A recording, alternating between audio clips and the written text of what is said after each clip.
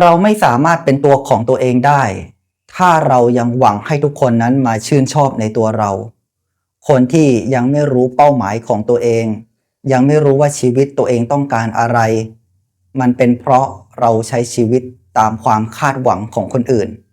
เราไม่กล้าตัดสินใจเราไม่กล้าที่จะปฏิเสธเราไม่กล้าที่จะเลือกเส้นทางชีวิตของตัวเองความจริงคือ